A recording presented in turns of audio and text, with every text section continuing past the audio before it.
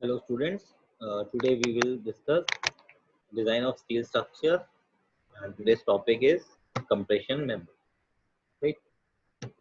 So compression member, we will study type of compression member, theory of column, basic current codal provisions for compression member, slenderness ratio, design of single section and compound section compression member, lacing, battening, column bases and custom. Right. So, what do you mean by strut? A strut is defined as a structural member subjected to compression in a direction parallel to its longitudinal axis. The term is the term strut is commonly used for compression members. One should remember this. Right?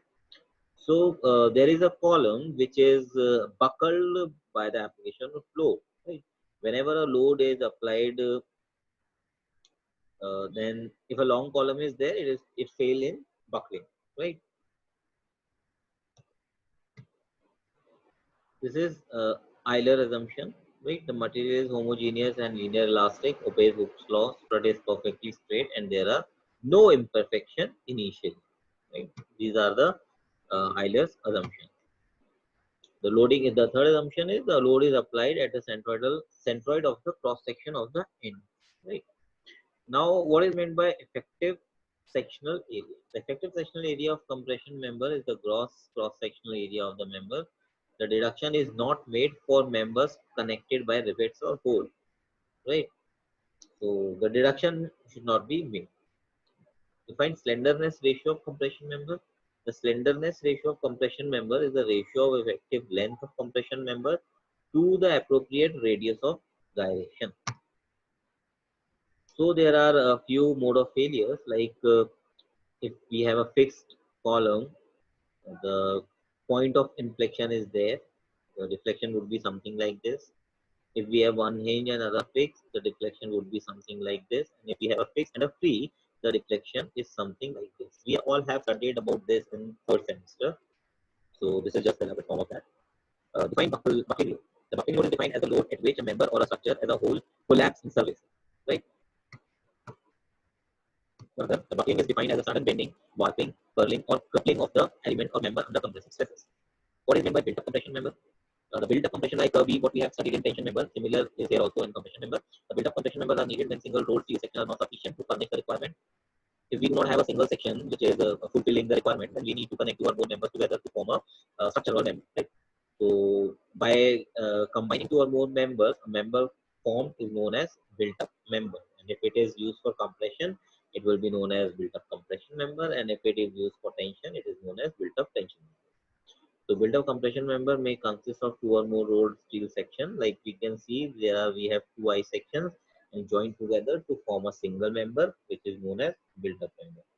Position of restraint. The position of restraint end of the column is not free to change its position and rotation about the end of the column.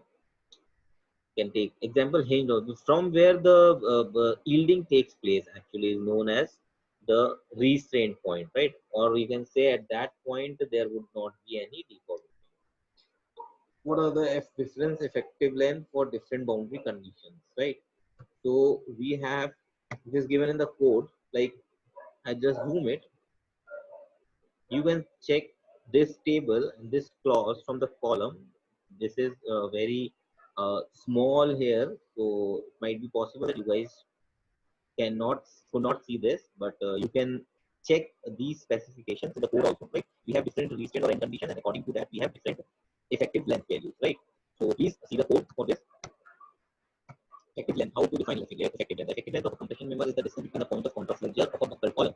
It depends on the actual length and the end condition in regard to restraint against rotation and transfer displacement. Right?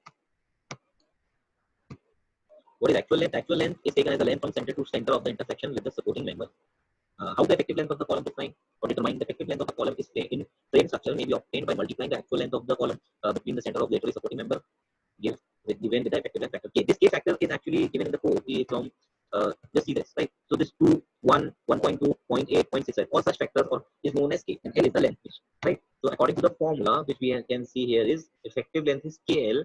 It means whatever the end conditions are given, according to that you will select a column, and according to that column you will apply this constant, whether it is 2, 1 1.2, 0.8, or 0.65, and L is the length. So this numeric values is known as K, right?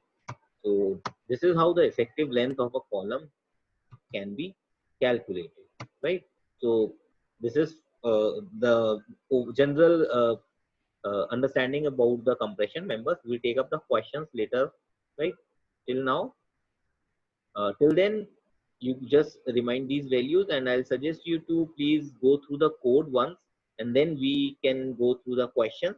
But you need to learn the code first, at least those specifications which were given on the slides, right? So first do that, and then go to the next videos where you can find some questions based on such specifications, right? Thank you.